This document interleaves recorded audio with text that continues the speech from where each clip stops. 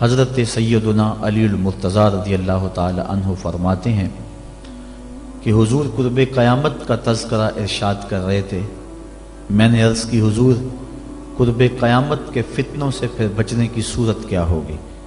تو فرمایا اللہ کی کتاب قرآن مجید، جو اس سے لپٹ گیا وہ بچ گیا، اور جس نے قرآن سے ہدایت ڈھونڈی اس کو ہدایت مل گئی، اور جس نے قرآن کے علاوہ کسی اور جگہ سے ہدایت ڈھونڈنا چاہی اللہ اس کو گمراہ کر دے گا۔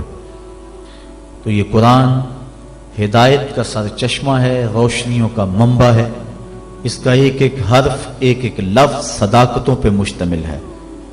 دنیا کی کوئی کتاب ایسی نہیں جس کے بارے میں یہ دعویٰ کیا جا سکے کہ اس میں غلطی کا امکان نہیں۔ بڑے سے بڑا مصنف بھی کتاب لکھتا ہے تو اس کی ابتدائیے میں یا اس کے آخر میں یہ بات ضرور لکھتا ہے کہ میری کتاب میں کسی طرح کی کوئی غلطی پائیں تو مجھے مطلع کر دیں تاکہ آئندہ اس کی اصلاح کی جا سکے۔ لیکن قرآن وہ ہے کہ کھولو تو پہلی بات یہ ملے گی ذالک الکتاب لا ریب فیہ، کوئی غلطی ہے تو بتاؤ، اس میں غلطی نام کی گنجائش تک نہیں۔ یہ صرف دعویٰ قرآن کا ہے، اور قرآن کے علاوہ کسی کتاب کے بارے میں آپ کو یہ دعویٰ نہیں ملے گا۔ حضرت امام شافعی رحمۃ اللہ تعالی علیہ نے ایک کتاب لکھی اور ایک شاگرد کو کہا کہ اس کو میرے سامنے پڑھو۔ جب اس نے پڑھا تو آپ اس کی کئی غلطیوں پر متنبہ ہوئے کہ اس لفظ کی بجائے یہ لفظ ہوتا تو کیا خوب تھا، اس حرف کی بجائے یہ حرف ہوتا تو کیا اچھا تھا۔ تغیر و تبدل کرتے رہے۔ اگلے دن فرمایا پھر پڑھو، اس نے پھر پڑھا، پھر نئی غلطیوں پر متنبہ ہوئے۔ اس طرح 70 مرتبہ وہ کتاب آپ کے سامنے پڑھی گئی، 70 مرتبہ اس کی غلطیوں پر مطلع ہوئے۔ پھر اس کے بعد فرمایا داہو، چھوڑ دو، شافی کی کتاب اس قابل نہیں ہے کہ اس میں غلطی کی گنجائش نہ رہے۔ یہ اعزاز صرف اللہ کی کتاب قرآن مجید کو حاصل ہے کہ اس میں غلطی کی گنجائش اور غلطی کا امکان موجود نہیں ہے۔ یہ صرف کتاب اللہ ہے قرآن مجید کہ جس میں غلطی کا امکان تک نہیں ہے۔ اور دنیا کے بڑے بڑے دانشور، دنیا کے بڑے بڑے ادیب، شاعر، ان کو بطور تحدی یہ کہا گیا اگر اس کتاب میں تم شک پاتے ہو جو ہم نے اپنے بندہ خاص پہ نازل کی تو اس کی مثل ایک صورت ہی لا کے دکھاؤ۔ تو پھر آج تک کوئی نہیں لا سکا، ممکن ہی نہیں ہے۔ ممکن ہوتا تو کوئی ضرور محنت کرتا۔ الاتقان فی علوم القرآن کے اندر امام سیوطی لکھتے ہیں اگر قرآن کی مثل لایا جانا ممکن ہوتا تو بدر اور احد کی لڑائیاں نہ ہوتی۔ سیدھی سی بات تھی کہ قرآن کی مثل لے آتے، لیکن قرآن کی مثل ممکن ہی نہیں۔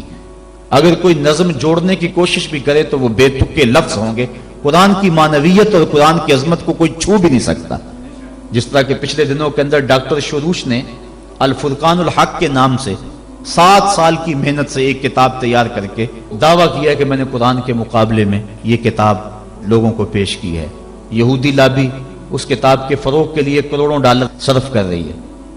انٹرنیٹ پہ وہ کتاب آپ کو دستیاب ہوگی۔ میں نے بھی اس کی پہلی سورت جس کا نام اسے رکھا ہے سورۃ البسم اللہ، اس کو دیکھا ہے تو مجھے متنبی یاد آ گیا۔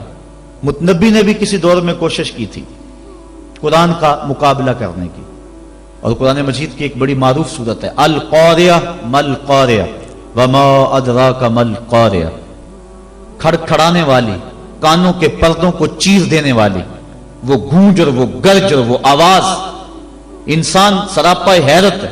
پھر کہا مل قاریہ، وہ کڑک کیا ہے؟ انسان پھر بھی سر جھکائے ہوئے، سمجھ، ہوش، خرد، فہم و ادراک سے بالا ہے۔ پھر کہا وما ادراک مل قاریہ، اپنے علم پہ ناز کرنے والے انسان تجھے کیا پتا کہ وہ قاریہ کیا ہے؟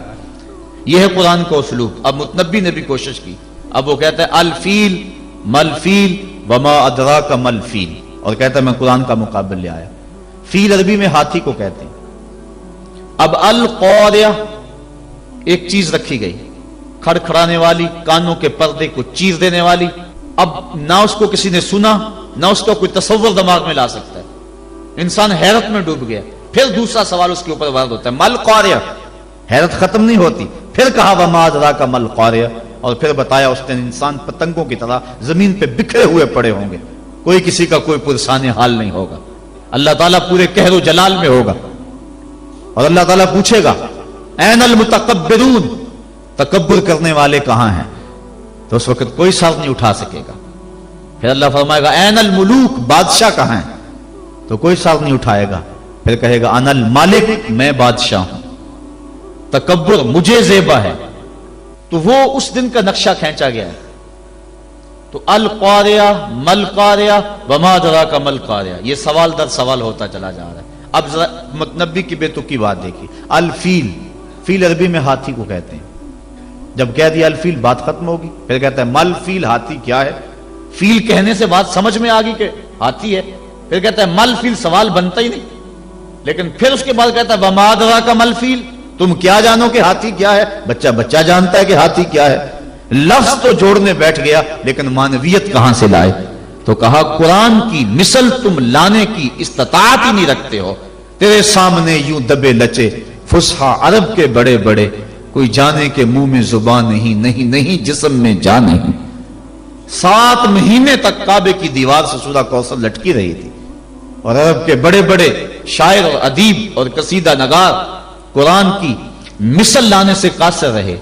اور پھر ایک نے آگے اپنی طرف سے یہ جملے لکھا تھا انا اعطینک الکوثر فصلی لربک وانحر ان شانئک هو الابتر. اس نے آگے لکھا ما ھذا کلام البشر، یہ کسی بشر کا کلام نہیں، ورنہ اس کا مقابلہ ہم ضرور لاتے. دور دراز سے ایک شاعر آیا، اس نے دیکھا، اشش کا اٹھا. لیکن جب اس چوتھے جملے پہ آیا تو حیران ہو گیا. اس نے چوتھے جملے پہ لکیر کھینچی اور آگے لکھا ولیکن ھذا کلام البشر، یہ پہلے 3 کسی بشر کے نہیں، چوتھا کسی بشر کا ہی ہے. یہ قرآن کا اعجاز ہے کہ قرآن کی مثل کا لایا جانا ممکن نہیں ہے.